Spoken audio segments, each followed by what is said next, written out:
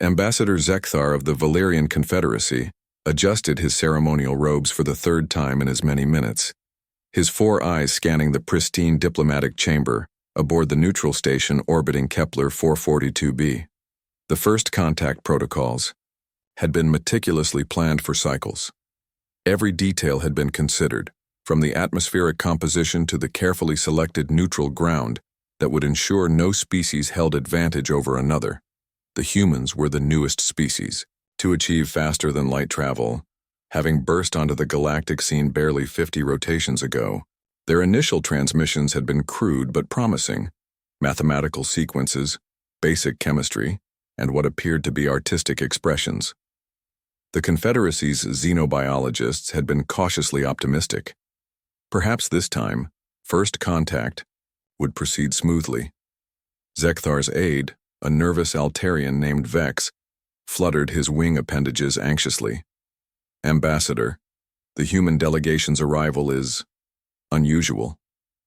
"Define unusual," Zekthar replied, maintaining his diplomatic composure, despite the growing knot in his primary stomach. "Well, sir, they didn't arrive in a single diplomatic vessel as expected." Through the chamber's transparent aluminum viewport, Zekthar observed what could only be described as a small fleet. The lead vessel was sleek and obviously diplomatic. Its hull bore the symbols they'd agreed upon for peaceful contact. But surrounding it were 6 massive angular ships bristling with what were unmistakably weapon systems.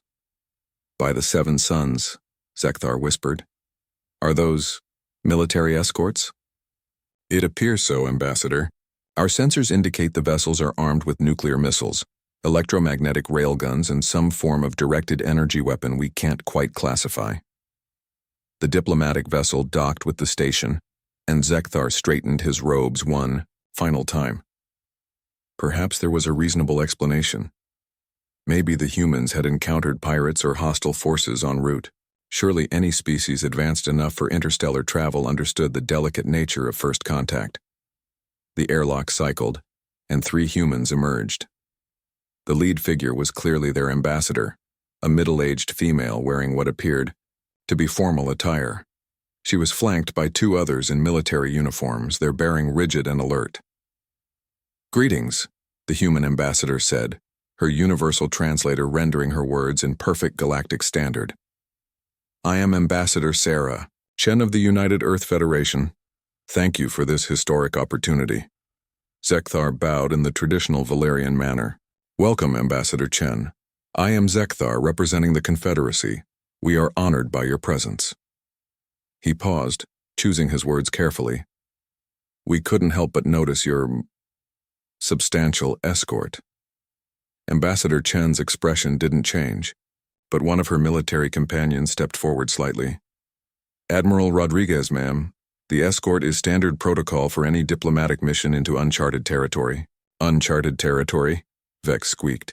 "But we provided complete navigation data and safe passage guarantees." Admiral Rodriguez's smile was polite but firm. "With respect, we've only just met you. Trust is earned, not given." Zekthar felt his secondary hearts skip a beat. This was not proceeding according to any of the diplomatic scenarios they'd rehearsed. "Perhaps we should begin with the ceremonial exchange of gifts, as outlined in our preliminary communications?" "Of course," Ambassador Chen agreed. She gestured to her aide, who produced an elegant case. "We bring greetings from Earth, samples of our art, music, and scientific achievements." Zekthar accepted the case graciously and presented the Confederacy's offering, a crystalline sculpture that contained the complete cultural history of their civilization. "And we offer our own." The exchange was interrupted by a proximity alarm. Through the viewport, they could see more ships dropping out of faster-than-light travel, but these weren't human vessels. "Unknown contacts," Admiral Rodriguez announced, suddenly all business. "Ma'am, we're reading 12 vessels of unknown configuration. They're not responding to hails." Zekthar's aide was frantically consulting his datapad. "Ambassador, those are Corvin raiders. They must have detected the diplomatic meeting." The Corvin Syndicate was notorious throughout this sector, pirates and slavers who preyed on peaceful vessels. Zekthar felt the familiar chill of fear. The station's defensive systems were minimal, designed only to deter casual threats. Admiral Rodriguez was already speaking into his communication device. All ships, condition red, hostile contacts detected. Prepare to defend the diplomatic vessel. Wait, Zekthar protested. Perhaps we should attempt to negotiate. His words were cut off as the first Corvan ship opened fire on the station. The lights flickered as energy weapons struck the outer hull. What happened next would be discussed in Confederacy strategic circles for generations to come. The human escort moved with a precision and coordination that defied belief. The six-site warships shifted into what Admiral Rodriguez called a defensive screen around the station. Their weapon systems came online with an efficiency that made Zekthar's combat analysts weep. The largest human vessel, apparently something called a carrier, began launching smaller craft, dozens of them. The human term was fighters, and they moved like a swarm of metallic insects, their weapons creating brilliant streams of death in the vacuum of space. The Corvan raiders, who had expected to find a lightly defended diplomatic meeting, instead found themselves facing what the humans casually referred to as a carrier strike group. The battle was over in 14 minutes. As the last Corvan ship exploded in a brilliant flash, Admiral Rodriguez turned back to the stunned alien diplomats. Now, where were we with those ceremonial gifts? Zekthar stared at the human admiral, then at Ambassador Chen, who was calmly adjusting her formal wear as if pirates attacking during first contact was merely a minor social inconvenience.